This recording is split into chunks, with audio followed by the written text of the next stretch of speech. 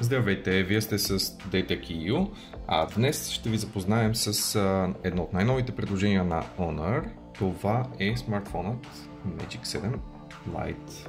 Lite попълнението традиционно предизвиква доста голям интерес заради големата си батерия, която предлага доста значителна издържливост. А в случая тя е силициево-въглеродна и е с капацитет от 6600 мАч, което означава, че може да разчитате на около 2 дена с едно зареждане и поддържа бързо зареждане до 66 вата, но в комплекта няма зарядно, както е традиционно вече за смартфоните, които се предлагат.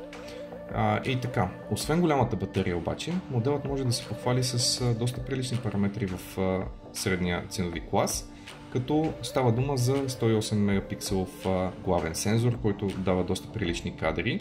А към него има и 5 мегапикселов с ултраширокоъгълен обектив.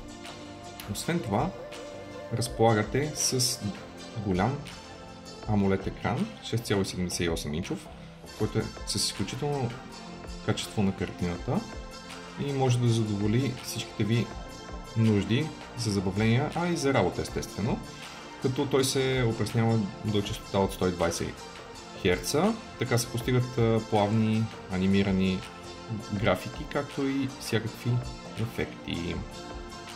Има също така решения срещу умората на очите, предимно с ограничаване на синята светлина, както и димиране за намаляване на фликър, или т.е. накъсванията. В софтуерно отношение използва на Android 14 с magicOS 8, а в основата на телефона има чипсет Snapdragon 6 Gen 1, който е комбиниран с доста голямо количество памет, 8 ГБ RAM и 256 ГБ памет за файлове. Доста добър пакет, но това не е всичко, което крие този телефон. Моделът е и доста здрав, като има подсилена конструкция. Също така може да издържа нападания до 2 метра, както има и сертификация IP64 за устойчивост на прах и вода, като сега следват и поредица от тестове, които ние проведохме, за да видите какво точно може да издържи този модел. Също така има и много силно покритие на предния екран, което го защитава от надрасквания, а това е доста важно в днешно време. И така, ето и допълнителните тестове, които пуснахме. Ето и теста за екстремни температури до минус 19 градуса в фризера, като ще го оставим вътре един час да видим колко ще падне батерията.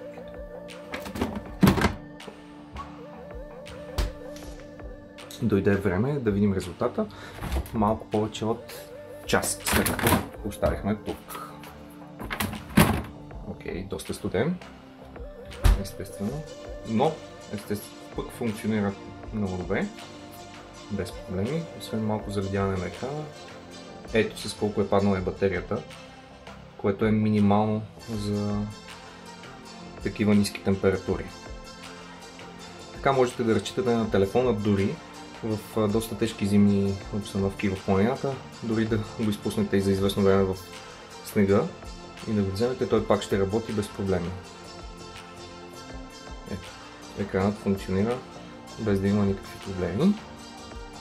Доста често в ежедневието си слагаме телефона в джоба, а там, разбира се, има и други неща, които могат да са доста вредни за него, особено за издраскване. В случая тестваме Magic 7 Lite с връзка ключове и монети.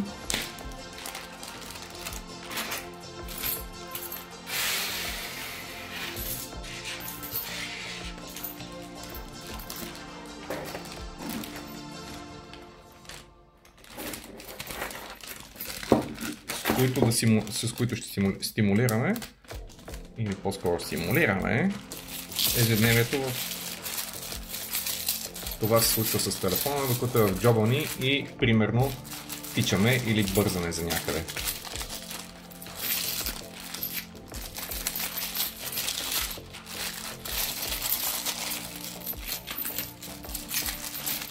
и да видим дали има някакви ефекти.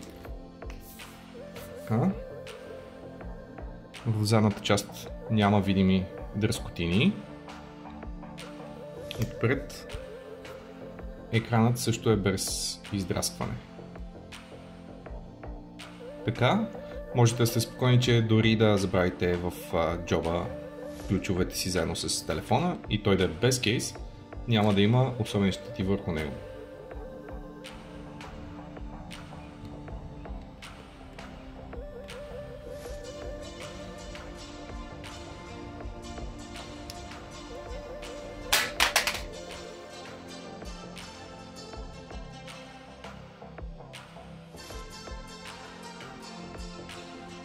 И така, след като пуснахме телефона от 2 метра височина, реално екранът дори няма дръскотина, задната част също няма никакви видими поражения, единствено в горната част на един ъгъл имаме някаква деформация, която обаче не засяга дисплея по никакъв начин. Доста малко вероятно е телефона да падне от 2 метра в реални условия, но дори това да се случи, той ще бъде здрав. Както виждате, никакъв кейс не е използван за тестовете за защита. Измерихме 2 метра, пуснахме го надолу с екрана, как паднал явно под ъгъл, но това не пречи за неговото функциониране и няма никакви видими проблеми.